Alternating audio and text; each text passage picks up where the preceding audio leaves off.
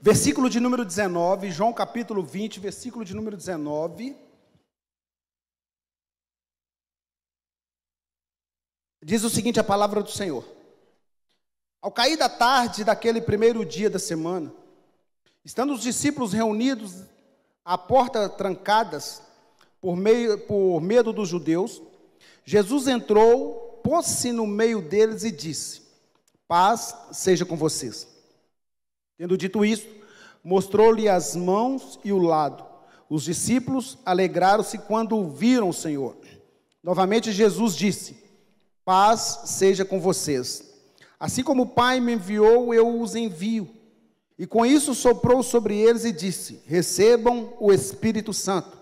Se perdoarem os pecados de alguém, estarão perdoados. Se não os perdoarem, não estarão perdoados. Pai, a tua palavra que será ministrada nesta hora, que o Senhor nos use com poder, com graça, e que nós sejamos alcançados e ministrados por esta palavra de uma forma poderosa, a ponto, ó Deus, nós sairmos daqui crendo cada dia mais nas grandes coisas que o Senhor fará nas nossas vidas, em nome de Jesus.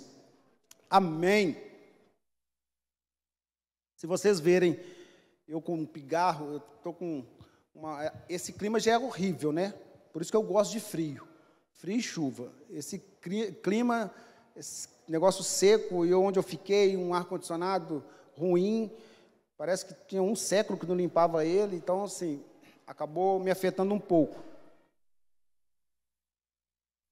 O tema dessa mensagem: a paz esteja com vocês. Vira para o seu irmão e fala com ele: a paz esteja com você. Mas fala com propriedade, irmão. Fala assim: a paz esteja com você. O que nós mais queremos nessa vida é viver em paz. Quando a paz nos é tirada, parece que algo de outro mundo invade o nosso ser e começa a mexer com as nossas estruturas, mexe com as nossas bases, e nós acabamos perdendo às vezes o foco daquilo que Deus tem para as nossas vidas.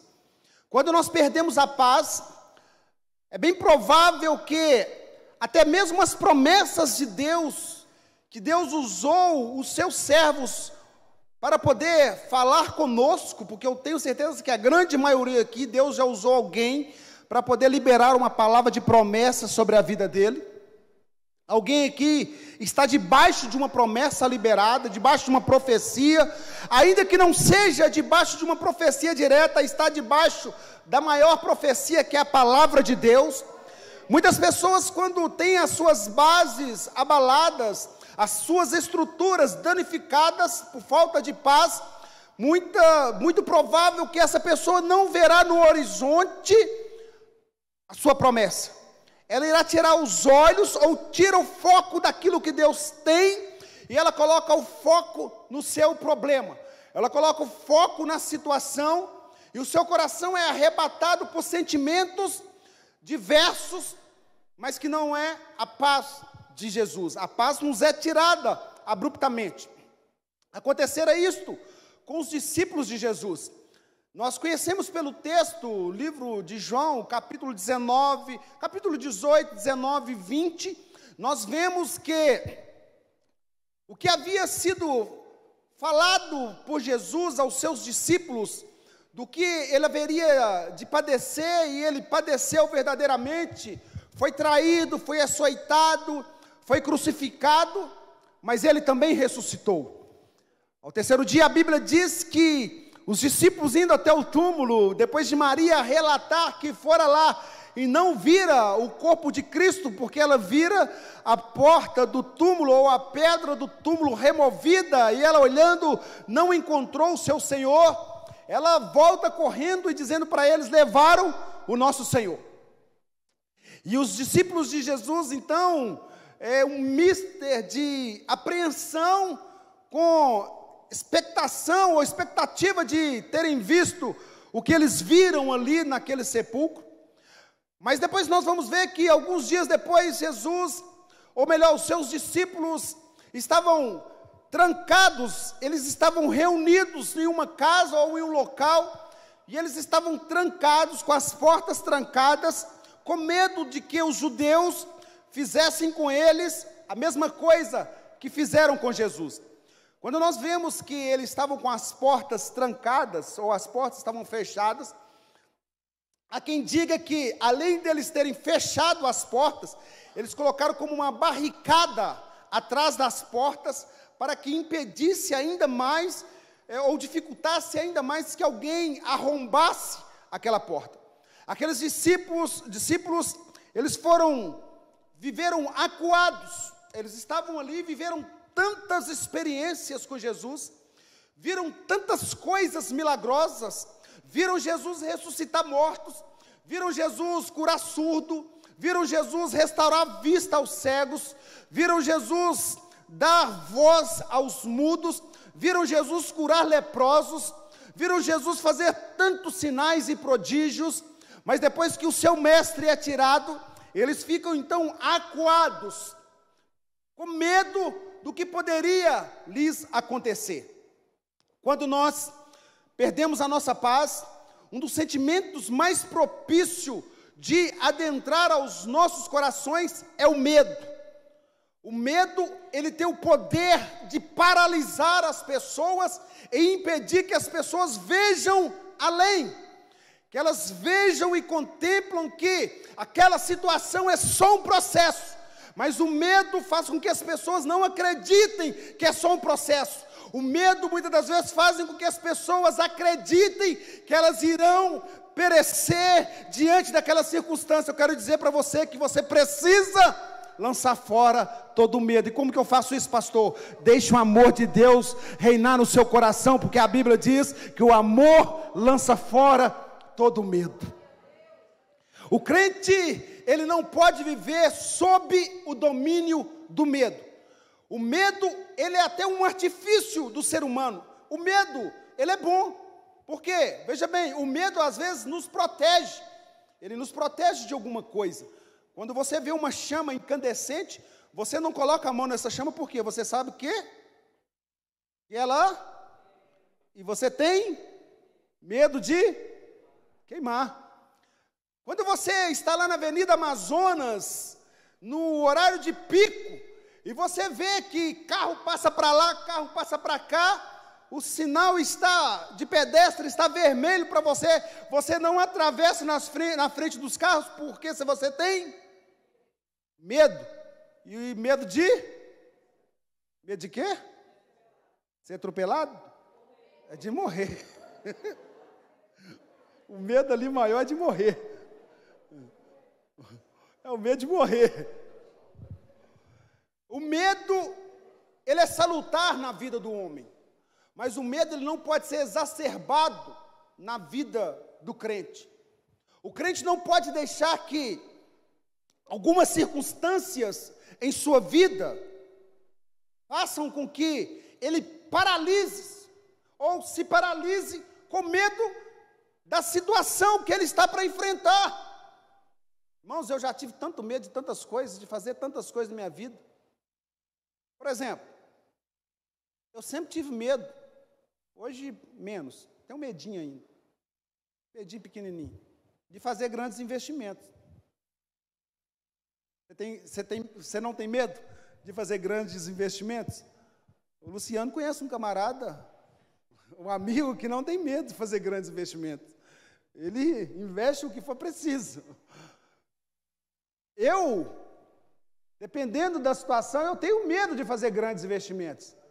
Até mesmo porque eu não tenho muitos recursos para eu poder fazer grandes investimentos. O Gui tem, né?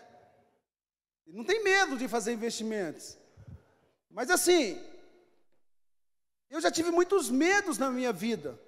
Eu já tive medo de levantar no outro dia, imaginando o que estava me aguardando naquele dia que estava por amanhecer. Sabe aquela noite em que você não quer que o dia amanhece? Que venha radiar, Porque você sabe que na hora que amanhecer, o sono for embora da sua vida, você vai ter que encarar aquela situação. Ela vai estar lá assim: oi, estou te esperando. Às vezes na mesa de café da manhã. E muitas das vezes você precisa tomar alguma atitude, mas o medo está te paralisando de tomar alguma atitude. Os discípulos estavam acuados, os discípulos estavam amedrontados, os discípulos estavam temerosos, mesmo eles sabendo que eles tinham que sair daquele lugar, mas eles tinham medo do que estava lá fora. Eles estavam com medo dos judeus. E tem muita gente que está fechado em você mesmo, ou nela mesma, com medo de dar um passo adiante, com medo até mesmo de deixar Deus mudar a vida dela. Eu preguei aqui outro dia, em Mateus capítulo 11, versículo 28, não sei se você estava aqui, mas eu falei sobre aliviando a bagagem, e nesse contexto de aliviar a bagagem, eu disse que tem pessoas que se acostumam com a situação, e não querem que as suas bagagens sejam aliviadas, porque elas acostumaram com aquela vida. Tem gente que você chama ela, desafia ela para fazer alguma coisa, ela não muda de vida. Por quê? Porque ela tem medo de tomar decisões. E às vezes chega perto da pessoa e fala: meu filho, Deus tem um ministério para você, eu quero desafiar você a fazer. Pastor, mas pastor, mas você tem certeza? Eu posso orar? Não vai... Irmãos, quando a pessoa geralmente fala assim comigo, eu sei que ela não vai orar, fala: Jesus, que o Senhor me use nisso. Ela fala assim: Jesus, tira isso da cabeça do pastor, ele está doido. Muita gente ora assim, irmãos. Olha o tanto de gente lá na igreja: Jesus, pastor olhando para mim, aí vai com um espírito de autocomiseração. Chega-se diante de Deus, falando: só me sabe, Deus, que eu sou fraquinho, sabe, eu sou uma pessoa feinha, eu sou, sabe, pastor, sabe, Deus, o pastor, talvez ele está querendo me agradar. Não, irmãos, quando eu falar para você, desafiar você, creia que Deus tem poder para fazer o que Ele quer fazer na sua vida. Sinalize positivamente. O medo, se ele não for tratado, ele limita as nossas atitudes e ações. Por exemplo, tem gente que tem medo de casar, mas muita culpa é de muita gente que não dá bom testemunho no casamento. Casar, eu vou falar para você, casamento é bom, é ótimo. Eu libero sobre a sua vida a unção da coragem para você poder casar. Tem gente que tem medo de casar, ele limita algumas ações. Você precisa entender que o poder de Deus se aperfeiçoa nas nossas fraquezas. Muitas coisas você não vai ter condições de fazer, mas é Deus quem vai usar a sua vida para poder fazer. Então, lance fora o medo da sua vida. Acredite que Deus tem o poder de mudar as nossas vidas. E medo de quê, pastor? Muita gente tem medo das incertezas, irmãos. Agora veja bem, deixa eu abrir um outro parênteses aqui. Muita gente, ou muitos de nós, eu vou me usar como exemplo. Se Deus, por um acaso, me mostrasse o que eu enfrentaria no meu ministério, o medo iria me paralisar. É por isso que Deus não vai te mostrar nunca tudo, filho. Se Deus abrir, descortinar o que te espera amanhã, você não sai da igreja. Agora, de repente a gente podia fazer essa oração, né? Para algumas pessoas, porque quando a pessoa está vivenciando essas situações, ele pede o pastor que faça campanha no monte, pede o pastor que faça campanha de jejum, pede o pastor que abra a igreja para orar segunda, terça, quarta, quinta, sexta. Quando vem as situações adversas, quem sabe ele vendo lá e já ia ter uma vida devocional, né? Uma vida de oração. Deixa eu me preparar, porque naquele dia vai acontecer isso. Mas o medo das incertezas, muitas das vezes, param as pessoas na caminhada.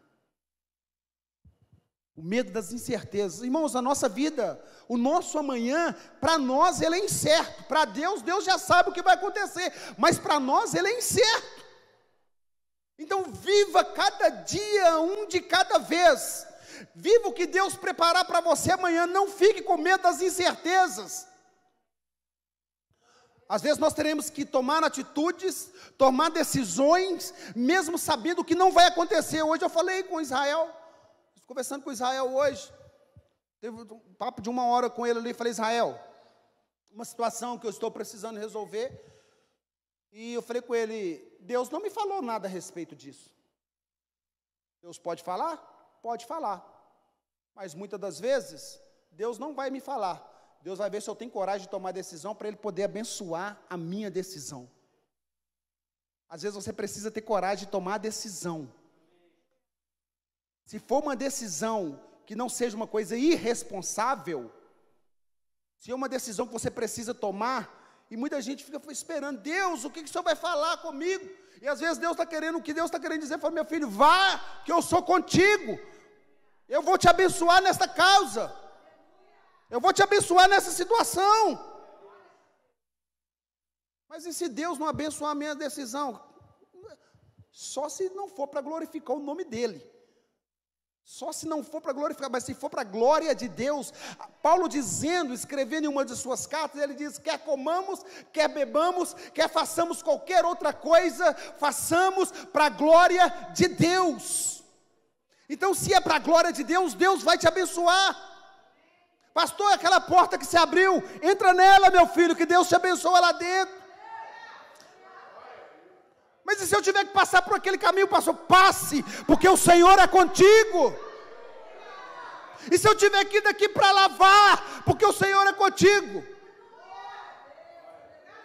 Essa semana eu estava conversando com uma pessoa, ela está aqui, eu não vou citar nome, porque eu não gosto de, me perdoe de eu citar o caso, é só para ilustrar. Não tenho o hábito de fazer isso, você sabe, me conhece, mas é uma coisa, não é nada sério, mas é uma coisa que eu, conversando com a pessoa essa semana, eu falei: às vezes, na misericórdia de Deus, até as decisões erradas nossas, quando nós reconhecemos, Deus nos abençoa. É verdade, Deus muda a nossa história às vezes. Irmãos, quantas coisas que eu já decidi errado, eu falei: Senhor, eu entrei errado, agora o Senhor me ajuda, e Deus me ajudou. Deus me ajudou, irmãos. Mas o que eu fiz? Eu não deixei que o medo me dominasse. Porque se o medo me dominar, eu vou ficar parado, aí eu não saio do lugar. Aí eu não sei para onde eu vou, para onde eu não vou, eu não sei o que eu faço. Mas aí eu tomo a decisão, falo: Deus, eu não estou vendo além. Mas segundo, é igual Pedro falou, irmãos. Pedro não andou sobre as águas, sabe? Pedro não andou sobre aquelas águas do mar. Pedro andou sobre a palavra de Jesus. Pedro disse: se é o Senhor mesmo que está aí, mande eu ir ter contigo. E Jesus falou: Pedro, venha ter comigo. E ele falou: segundo a tua palavra, eu irei ter contigo. Irmãos, há uma palavra já preparada para a sua vida. Deus já liberou uma palavra para a tua vida. Ande sobre esta palavra, caminhe sobre esta palavra, e Deus há de abençoar a sua trajetória, segundo a tua palavra. Pastor, mas Deus não me falou nada. Mas existe uma palavra de Deus aqui para mim. Existe uma palavra de Deus aqui para você, para cada situação, para cada problema, para cada circunstância, para cada medo, para cada derrota, para cada percalço da tua vida. Há uma palavra de Deus liberada para você aqui. Há uma palavra de Deus, você precisa acreditar. Não tenha medo das incertezas. Às vezes nas incertezas Deus pode te surpreender. Não foi isso? Os discípulos estavam nas incertezas deles lá, com medo. Abre essa porta, não abro, saio, não saio. Mudo, não mudo.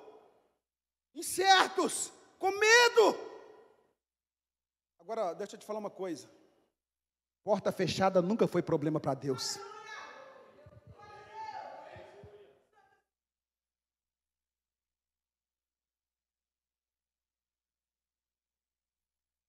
Ao cair da tarde daquele primeiro dia da semana, estando os discípulos reunidos, a portas trancadas.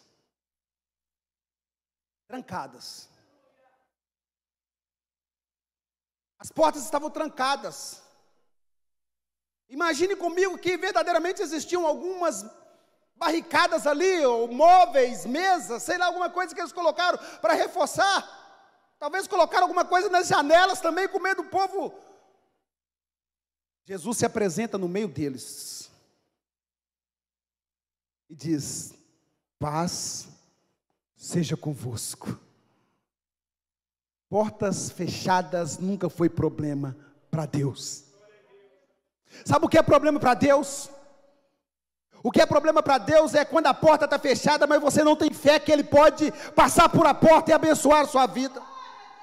Esse é o problema. Mas se a porta está fechada, a porta não se abriu, você está com medo do que está lá fora, Jesus se apresenta dentro do seu coração e fala com você nesta noite: paz seja com você, paz seja sobre a sua vida. Veja bem, irmãos, olha isso aqui. Quando Jesus se apresenta, Jesus poderia fazer o que fez com Pedro na prisão. Jesus poderia fazer o que fez com Paulo e Silas também na prisão. Quando as portas se abriram, Jesus não se preocupou em abrir as portas. Ei, às vezes Jesus não vai abrir a porta de imediato, mas a primeira coisa que Ele quer fazer é trazer paz ao seu coração. É isso que nós precisamos entender, porque muitas das vezes nós queremos: abre a porta, Senhor, eu estou batendo, a Tua palavra nos diz que se nós batermos, o Senhor vai abrir, que quem pede recebe, quem busca encontra. Mas Jesus está querendo dizer para você: a porta vai permanecer fechada por um tempo, mas eu quero que você tenha paz. É melhor porta fechada com paz, do que porta aberta sem a paz de Deus. Muito melhor. Muito melhor. Jesus diz: a paz esteja com você. Vamos ministrar na vida do irmão de novo? Fala com ele: a paz esteja com você. A paz esteja com você. Às vezes o que nós mais precisamos é de paz. Às vezes os nossos corações estão tão aflitos, tão perturbados, que nós não conseguimos nem ouvir a voz do Senhor, irmãos. Mas Deus vai trazer paz ao seu coração nesta noite. Deus vai trazer paz na sua vida nesta noite. Jesus se apresenta dentro de você, no seu coração, e fala: paz seja com você.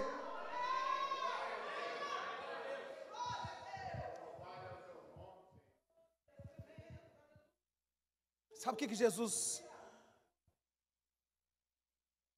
quando Ele diz com essa palavra,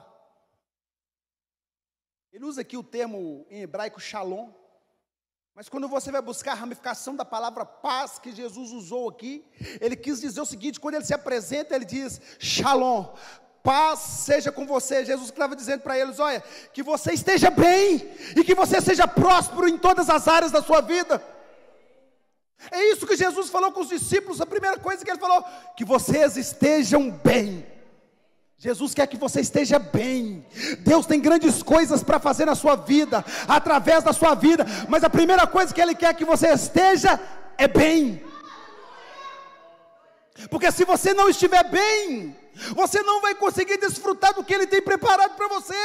Então Ele quer tratar o seu interior primeiro, tirar a angústia, tirar a tristeza, tirar o medo, tirar a dor, a decepção, ministrar a paz e falar: olha, que você seja próspero e que você esteja bem. Não confunda essa prosperidade aqui com dinheiro. Não é prosperidade de dinheiro que Jesus está dizendo aqui. Quando Ele diz que você seja próspero, é que tudo o que você fizer seja abençoado, que todas as suas decisões sejam bem-sucedidas, aonde você for, o seu caminho seja aplanado, por onde você andar, Deus esteja contigo, por onde você for, portas se abram diante de você. Paz esteja com você. Aleluia! Porque quando Jesus faz isso, irmãos, Ele ativa em nós a fé. Aí a gente se lembra das promessas. Eu imagino que quando Jesus falou com eles: paz seja com vocês, eles se lembraram de tudo que Ele havia dito. Eles se lembraram. Ele falou que Ele iria padecer, mas que ao terceiro dia Ele ressuscitaria.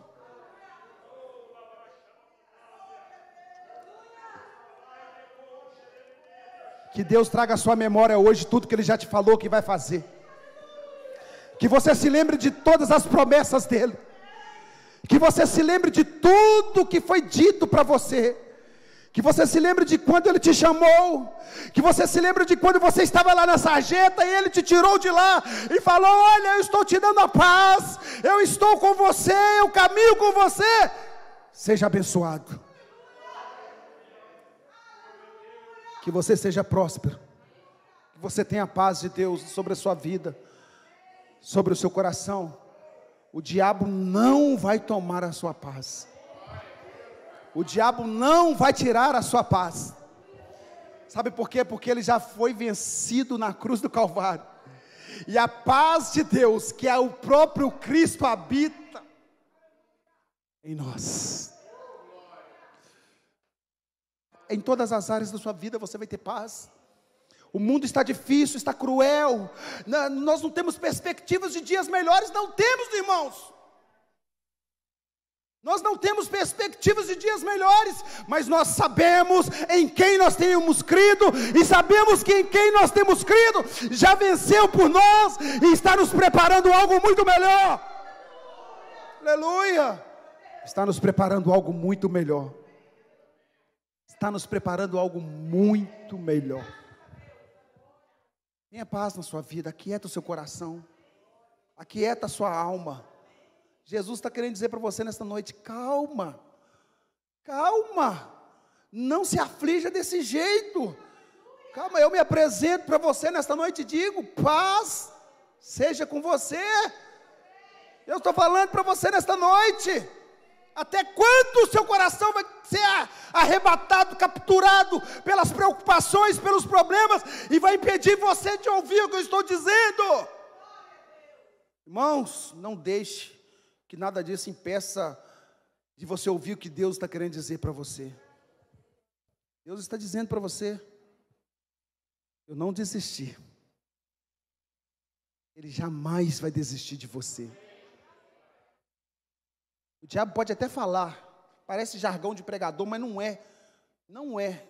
Eu estou investido da autoridade de Deus nesta noite e digo para você: não é jargão de pregador. O diabo pode até falar que você não vai conseguir virar isto, mas você verdadeiramente não vai. Mas se você deixar a paz de Deus reinar no seu coração, Deus vai mudar a sua história. Deus vai escrever uma nova história. Jesus vai fazer algo diferente na sua vida.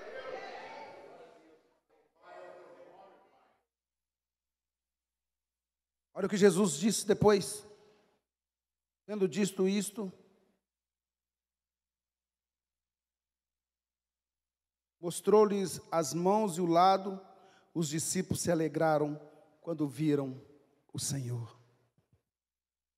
Se você correr um pouco mais para baixo aí o texto, você vai ver que no versículo 21, diz: novamente Jesus disse: paz seja com vocês.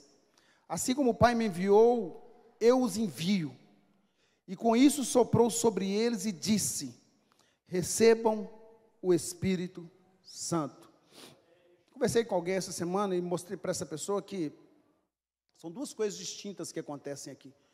Esse receba o Espírito Santo não tem nada a ver com Pentecostes. Pentecostes é revestimento de poder. Quando Jesus assopra sobre os discípulos o Espírito Santo, Ele está assoprando sobre eles um novo fôlego de vida. É o mesmo termo usado para quando Deus assopra o Espírito para dentro do homem. E quando Jesus fala assopra, receba o Espírito Santo, Jesus estava mostrando para eles ali que a partir daquele momento eles tinham algo, ou um ser poderoso, um Deus poderoso que habitaria dentro deles e os ajudaria a vencer todas as adversidades, os encorajaria a enfrentar as dificuldades. Eu quero dizer para você, você não está só, há um Espírito Santo dentro de você, o Espírito Santo está dentro de você, o Espírito Santo habita dentro de você, e Ele diz para você nesta noite: você não está só, você não está só, eu estou contigo. Até quando, pastor, que Ele estará comigo? Até terminar a luta, até começar uma nova luta, ou só até amanhã? Não, até a consumação dos séculos. até a consumação dos séculos. Você precisa entender isso. Você precisa se libertar do medo. Não deixe o medo ditar o rumo da sua vida. Não deixe as circunstâncias ditar o rumo da sua vida. Não deixe as incertezas te parar. As incertezas não irão te parar. Você vai orar com ousadia, com fé. Deus, eu não sei o que está do outro lado, mas eu vou assim mesmo, porque o Senhor está comigo. Eu não sei o que me espera, mas eu irei porque o Senhor está comigo. Deus, eu tenho medo de ir, vá na minha frente. É como, irmãos, tem dia que você tem que se apropriar da música da Cassiane. Tem dia que nós estamos adorando, mas tem dia que você tem que, sabe, ter ousadia do Espírito e falar: Deus vai na frente, abrindo o caminho, sabe, quebrando as barreiras, tirando os espinhos, ordena os seus anjos para contigo lutar. Ele abre a porta.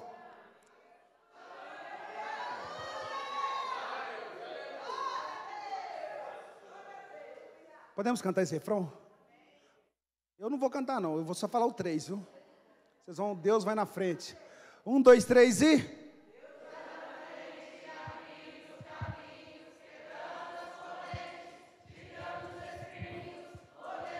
Olha aí, você não está sozinho.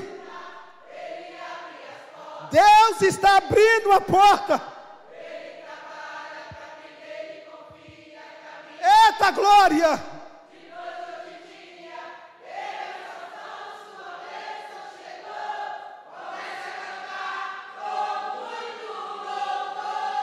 Oh, aleluia!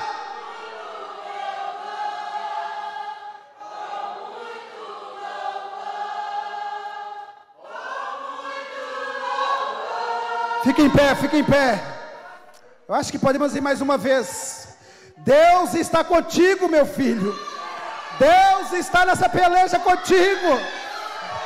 Como ele disse para o rei Josafá: nesta peleja tu não terás que pelejar, estais em pé, atento e veja o livramento que eu, o Senhor, vos dou nesse dia.